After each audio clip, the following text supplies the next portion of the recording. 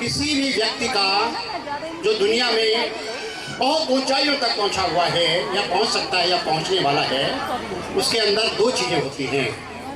एक तो होता है पढ़ाई के क्षेत्र में आगे बढ़ना, जिसको IQ नाम दिया जाता है, इंटेलिजेंस क्वेश्चन जिसको कहते हैं, और दूसरा होता है इमोशनल क्वेश्चन।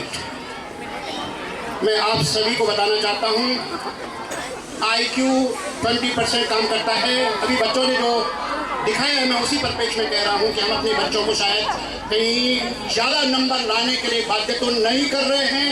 उसी परिप्रेक्ष्य में आपके संज्ञान में लाना चाहता हूँ, ये जो अंक है, हमारी पढ़ाई है, ज्ञान है, ये हमारे जीवन में केवल और केवल 20% काम करता है। 80% हमारी भावनाएं होती हैं, जिसको हम EQ कहते हैं, इमोशनल क्वेश्चन कहते हैं, जिसमें ये बहुत आवश्यक है कि हम पढ़ाई के साथ साथ बच्चे को ये सिखाएं कि हमारे रिश्तेदार कौन हैं, हमारे अपने कौन हैं। आज बच्चे भूल रहे हैं, अपने अंकल आंटी के अलावा कुछ नहीं जानते हैं कि इस पर चिंता करने की ज़रूरत है, इसको बताने की ज़रूरत है।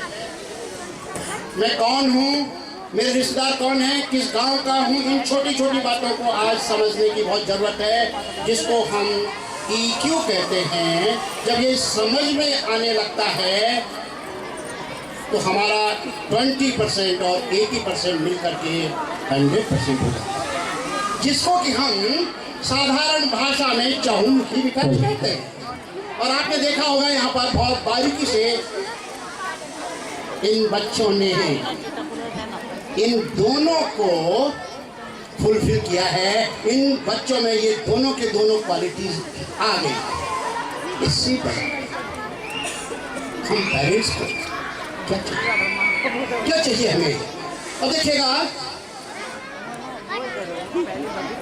जिस प्रकार से हम जानते हैं, एक पौधा है, उस पौधे को विकसित होने के लिए बहुत आवश्यक होता है उर्वरक भूमि, धूप की जरूरत पड़ती है, हवा की जरूरत पड़ती है, पानी की जरूरत पड़ती है।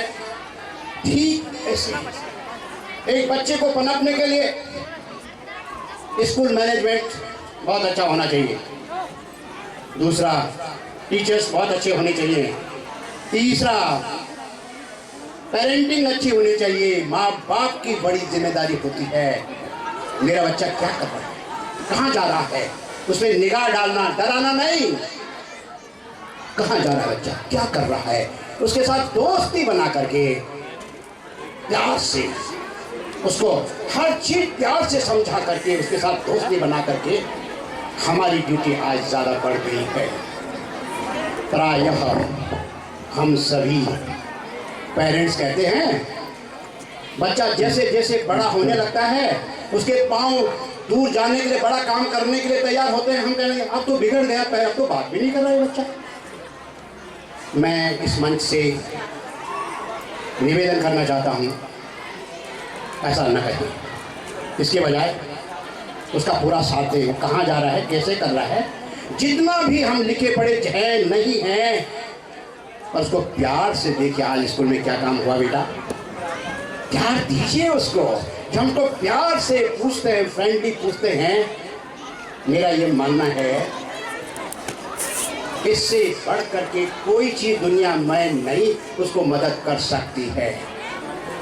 ये करने की जरूरत है। अगला बिंदु जो है वो है समाज। सौभाग्य से हम ऐसी दुनिया में और ऐसी जगह पे रह रहे हैं जहाँ पर, जो कि एजुकेशन का हब है, श्रीनगर एजुकेशन का हब है, ऐसे माहौल में हम रह रहे हैं, तो इससे बड़ी बात क्या हो सकती है। और अंतिम बिंदु है हमारा बच्चों का पाठ्यक्रम। जो किताबें पढ़ते हैं, आज किताबें न्यू एजुकेशन पॉलिसी के हिसाब से बन गई हैं, जिसमें हम सभी school teachers, management committee, parents और समाज जब तक उसको साथ नहीं देगा तब तक ये पाठ्यक्रम पूरा नहीं होगा। ठीक वैसे ही जैसे कि हमारी ये 5 उंगलियां हैं, और ये ताकत तभी बनती है जब हम इनको आपस में मिल करके काम करेंगे, तब ये मुट्ठी बनती है। ठीक ऐसे ही हम सबको काम करने की। और जब हम ऐसा कर सकेंगे,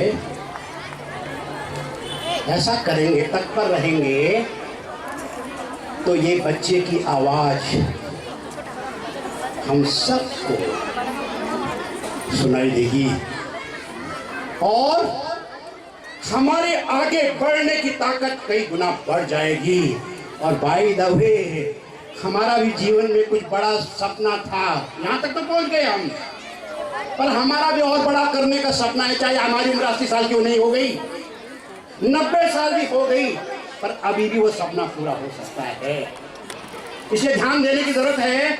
जब बच्चा पनपता है हमारे परिवार में, तो हमारा भी सपना पूरा होगा।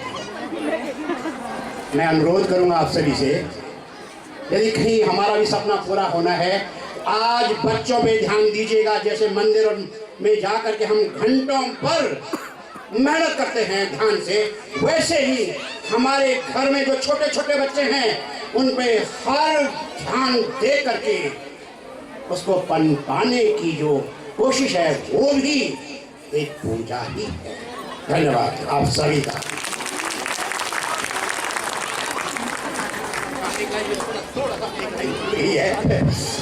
मैं लास्ट में श्री जोशी जी को और समस्त टीम को तथा आप सभी को धन्यवाद करना चाहता हूँ और इस कार्यक्रम की सफल आयोजन के लिए शुभकामनाएं देना चाहता हूँ। Thank you very much.